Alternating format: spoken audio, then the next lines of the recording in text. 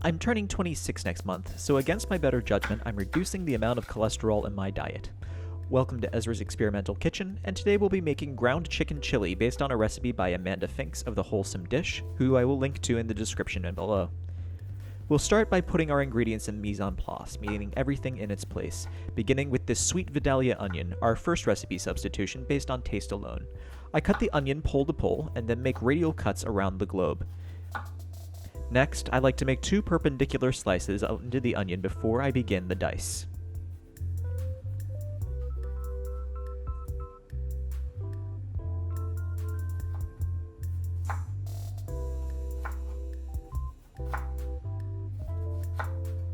Next, I'll use a bench scraper to gather up the onion and put it into a bowl for use at the stove later.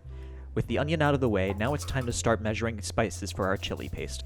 We'll start with 2.5 tablespoons of chili powder, then 2 tablespoons of ground cumin, 2 tablespoons of granulated sugar, 1 tablespoon of garlic powder, 1.5 teaspoons of kosher salt, half teaspoon of black pepper, and 1/4 teaspoon of cayenne, which is optional. Whisk the seasonings together until thoroughly combined, and then taste to see if you want any additional seasoning. Now let's talk canned goods. For this recipe, you will need 1 15-ounce can of petite diced tomatoes. I couldn't find a 15-ounce can, but this is a 14.5-ounce, which should be just fine for this purpose. Next, you'll need 1 16-ounce can of red kidney beans. I went with light red kidney beans for a thinner skin, but if you want thicker skin, go dark red. That's up to you. And then finally, you'll need 1 8-ounce can of tomato sauce. Drain the kidney beans and rinse them. I forgot to rinse them, but I didn't really notice a difference. With the beans drained, we're ready to move to the stove. Add 1 tablespoon of olive oil to a large pot and swirl it around to get total coverage of the bottom of the pot. Set the burner to medium-high and let the oil sit till it's shimmering, about 2 minutes. Add the onions to the pot. They should sizzle on contact, like that. Then, begin to stir constantly to begin to sauté the onions for the next 5 minutes. Do so until the onions are a translucent, light golden brown. Next, you'll want to add a little more olive oil to the pot. I didn't measure this, but a light pour, maybe half a tablespoon, should do the trick. Use your best judgment.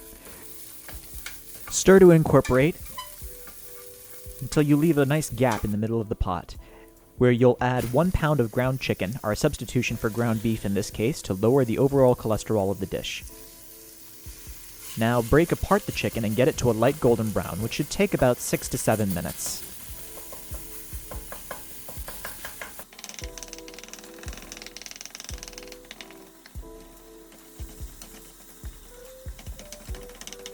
Yeah, that looks about right. Leave a gap in the middle of the pot so we can begin to build our chili paste. Start with 2 tablespoons of tomato paste,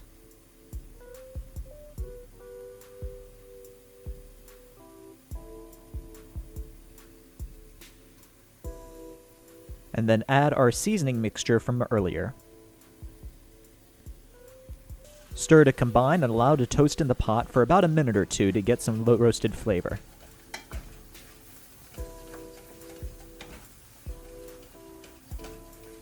Once the chili paste is fully incorporated, add the drained beans, the can of diced tomatoes, and tomato sauce. Next, you'll add something I didn't measure on camera because I had prepared frozen ahead of time. It's 1.5 cups of low-sodium chicken broth or stock.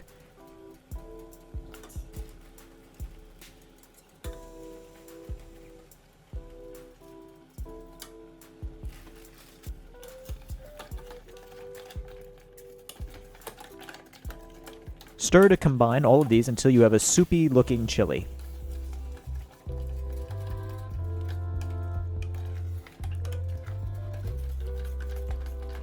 Yours will come together much faster, I promise. Yeah, that's about right.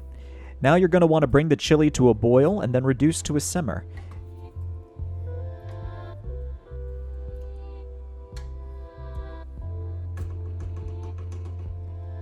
The simmer should look something like this, with light bubbles coming up around the sides. Allow the chili to simmer for 20 to 25 minutes uncovered, stirring occasionally.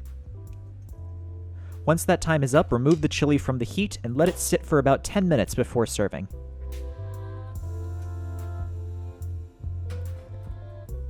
At the end of the 10 minutes, the chili should look something like this, a little bit thicker. You can now serve the chili with a wide array of possible accoutrements, including shredded cheddar or Mexican cheese, sour cream, sliced green onions, saltine crackers, or diced avocado. For me, I'm having a sourdough baguette. As for the taste difference between chicken and beef, absolutely negligible.